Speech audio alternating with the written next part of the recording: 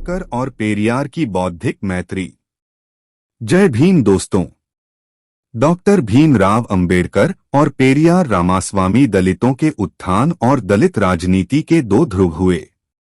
उत्तर से लेकर दक्षिण तक दलितों के लिए उनकी लड़ाई सर्वविदित है। उनके बीच कई समानताएं थीं। कई मामले पर वे एकमत थे, परंतु ऐसा बिल्कुल भी नहीं है कि उनमें असमानताएं नहीं थी। तो दोस्तों, आज के इस वीडियो में हम उनके बीच की समानताएं तथा असमानताएं दोनों विषय पर बातें करेंगे। यह संपूर्ण कहानी का वीडियो भाग 4 है। पहले, दूसरे और तीसरे भाग को देखने के लिए सबसे पहले आप इसे लाइक, सब्सक्राइब और शेयर करें। तो चलिए दोस्तों, वीडियो को शुरू करते हैं। एक समस्या यह थी कि दोनों ही जनता की प्रचलित परिभाषा और अवधारणा के प्रति असहज थे। कांग्रेस का राष्ट्रवाद और कम्युनिस्ट दोनों ही जनता को जिस रूप में देखते थे, उसमें जाति के लिए कोई स्थान नहीं था। वे जनता को अपनी जाति के एक हिस्से के रूप में नहीं देखते थे। दोनों के लिए जनता की राष्ट्रवादी अवधारणा को खारिज करना आसान था, परंतु दोनों ही साम्यवादी एजेंडे की ओर आकर्षित थे, जो सामाजिक परिवर्तन में सर्वहारा को केंद्रीय भूमिका देता था। वे श्रमिक वर्ग के आर्थिक शोषण से वाकिफ थे और इससे भी कि उनके बीच जातिगत विभिन्नताओं के चलते उनमें वर्गीय चेतना के उभार की संभावना कम थी। पेरियार ने यह तर्क दिया कि कम्युनिस्टों को जाति कर्मी और वेतन कर्मी के बीच अंतर करना सीखना चाहिए। जाति कर्मी के लिए अपनी उन्नति को मापने का एक ही तरीका है, और वह है कि जाति की सीढ़ी पर वह कितने पायदान ऊपर चढ़ा। वह स्वयं को एक श्रमिक के रूप में नहीं देखता। आम्बेडकर का कहना था कि जाति व्यवस्था दरअसल श्रमिकों का विभाजन है। इससे श्रमिक इस तरह के उत्पादक संबंधों और प्रणालियों में फंस जाते हैं जो उसके श्रम का इस्तेमाल अतिशेष मूल्य के सृजन के लिए करती है, परंतु जाति के कारण श्रमिकों के लिए विकास की राह अवरुद्ध रहती है। भारतीय संदर्भों में किसी जाति विशेष में जन्म लेने के कारण श्रमिक अपने जीविकोपार्जन के लिए क्या करेगा, यह पूर्व निर्धारित होता था और उसे वही काम करना पड़ता था, चाहे वह उसे करना चाहे या न चाहे, और चाहे वह उसमें कुशल हो या न हो। विकल्प के इस अभाव के कारण श्रमिकों में एक विरक्ति भाव उत्पन्न हो जाता था। जाति व्यवस्था के कारण श्रमिकों में आत्मचेतना का अभाव रहता था और यह व्यवस्था केवल जाति कर्मियों का निर्माण करती थी, श्रमिकों का नहीं। अतः दोनों ही आश्वस्त थे कि सर्वहारा को परिवर्तनकारी भूमिका तब तक नहीं सौंपी जा सकती जब तक वह जाति का उन्मूलन करने के लिए तैयार नहीं हो जाता। आम्बेडकर का कहना था कि जब तक श्रमिक वर्ग न्याय की भावना से चालित नहीं होगा, तब तक वह क्रांतिकारी नहीं बन सकता।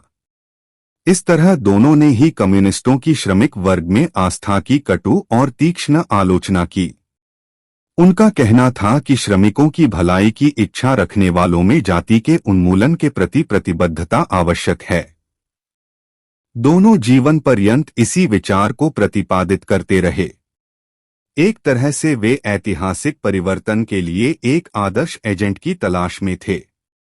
इस संदर्भ में आर्थिक व्यवस्था के संबंध में दोनों के विचारों को समझना भी उपयोगी होगा। आम्बेडकर समाजवादी नियोजन के सोवियत मॉडल से प्रेरित थे और कल्याणकारी राज्य की अवधारणा उन्हें प्रिय थी।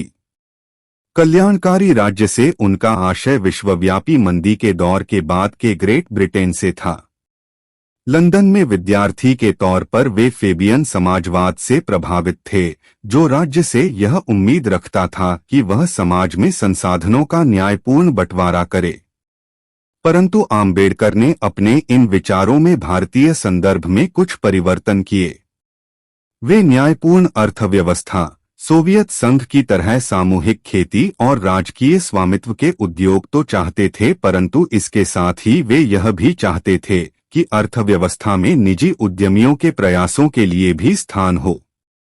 वे चाहते थे कि राज्य विधानमंडलों और राजकीय सेवाओं में भर्ती में दलितों और शूद्रों के साथ सकारात्मक भेदभाव किया जाए उनकी इस सोच का विस्तृत विवरण स्टेट एंड माइनॉरिटीज में उपलब्ध है।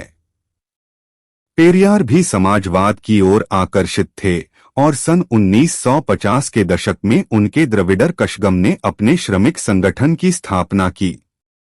यद्यपि पेरियार ने आर्थिक जीवन के संबंध में अपने विचार बहुत विस्तार से प्रस्तुत नहीं किए, तथापि वे उत्पादक जीवन के महत्व को प्रतिपादित करते थे।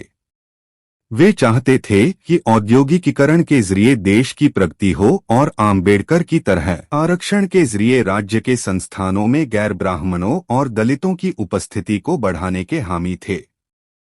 स्वतंत्रता के पूर्व उन्होंने सूदखोरी को समाप्त करने, जमीन के पट्टे संबंधी नियमों में सुधार करने और संपत्ति के न्यायपूर्ण वितरण की वकालत की। उनके आंदोलन ने तमिल क्षेत्र की मंदिर आधारित कृषि अर्थव्यवस्था का विरोध किया। उनका कहना था कि मंदिरों में रहने वाले पत्थर के पूंजीपतियों का विरोध उतना ही आवश्यक है जितना कि आधुनिक पूंजीपतियों का।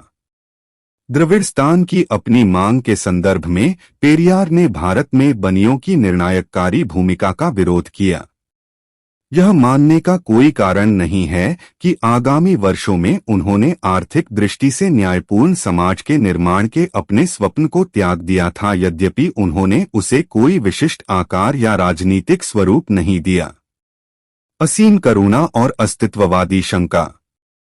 पेरियार और आम्बेडकर के दृष्टिकोण और उनके तर्क उन ऐतिहासिक परिस्थितियों के संदर्भ में विकसित हुए थे जो उनके समय में थीं और जिन्हें वे बदलना चाहते थे।